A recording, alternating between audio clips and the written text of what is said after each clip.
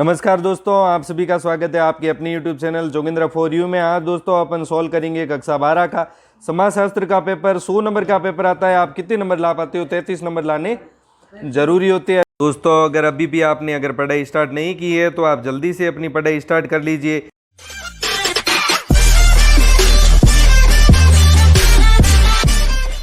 प्रश्नों में आते हैं सेक्शन ए, खंड ए के अंदर पहला प्रश्न है, सोसाइटी पुस्तक के लेखक कौन है?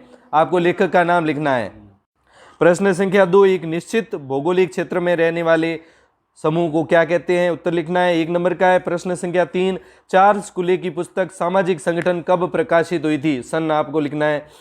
प्रश्न संख्या 4, सामाजिक मूल्य को परिभाषित कीजिए। 1 नंबर का प्रश्न है। प्रश्न संख्या 5, किसी धार्मिक समूह में विवाह को धार्मिक संस्कार कहा जाता है। धर्म का नाम लिखना है। प्रश्न संख्या 6, मैं और मुझे के आधार पर सामाजिकरण का सिद्धांत किसने प्रतिपादित किया? नाम लिखना है। कृषक वर्ग को पिछड़े वर्गों का सार किस समाजशास्त्री ने माना?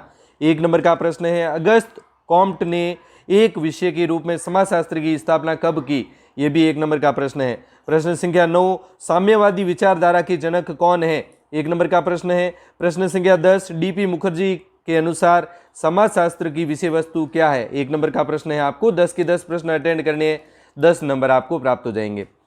सेक्शन बी में चलते हैं, जहां पे 3-3 नंबर के प्रश्न है। औद्योगिक क्रांति के कोई 3 प्रभाव लिखिए। 3 नंबर का प्रश्न है। संस्कृति की कोई 3 विशेषताएं लिखिए।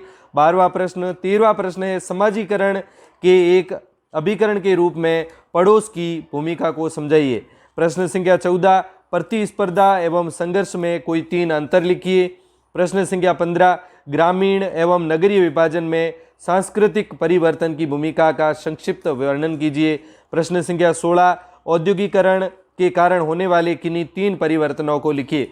ये भी 3 नंबर का है। प्रश्न संख्या 17, ग्राम पंचायत के किन्हीं 3 सामान्य कार्यों को लिखिए। ये भी 3 नंबर का है। प्रश्न संख्या 18, जल प्रबंधन से क्या तात्पर्य? संक्षिप्त में वर्णन कीजिए। आपको संक्षिप्त में इसका वर्णन करना है। प्रश्न संख्या 19, मार्क्सवादी सिद्धांत एवं समाजीकरण सिद्धांत के अनुसार बाल श्रम के क्या कारण है?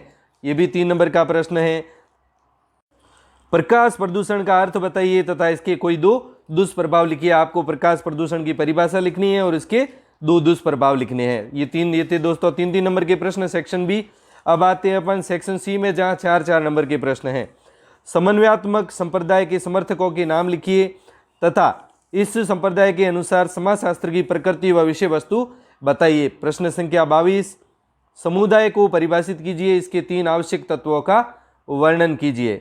प्रश्न संख्या 23, एकल परिवार व संयुक्त परिवार के बारे में संक्षिप्त वर्णन कीजिए। ये भी 4 नंबर का प्रश्न है। प्रश्न संख्या 24, इड, ईगो और सुपर ईगो के आधार पर सिगमंड फ्राइड ने मनोविश्लेषणात्मक सिद्धांत का संक्षिप्त वर्णन कीजिए। प्रश्न संख्या 25, भारतीय समाज में धार्मिक विविधता में एकता पर संक्षिप्त टिप्पणी लिखिए। यह भी 4 नंबर का प्रश्न है। प्रश्न संख्या 26, ग्रामीण व नगरीय समाज में मनोरंजन के साधनों की क्या भूमिका है? यह भी 4 नंबर का प्रश्न है। भारत में औद्योगिकरण के प्रभावों की चर्चा कीजिए। यह भी 4 नंबर का प्रश्न है। प्रश्न संख्या 28, आवास निर्माण के समय किन किन सावधानियों का ध्यान रखना चाहिए? प्रश्न संख्या 29, आर्य समाज की प्रमुख विशेषताओं को लिखिए। तो ये थे दोस्तों 4-4 नंबर के प्रश्न। सेक्शन डी पे आते हैं। खंड द, सामाजिक परिवर्तनों को परिभाषित कीजिए, इसकी प्रमुख विशेषताएं लिखिए। सहयोग को परिभाषित कीजिए तथा इसकी प्रमुख विशेषताएं लिखिए। कोई एक आपको अटेंड करना है।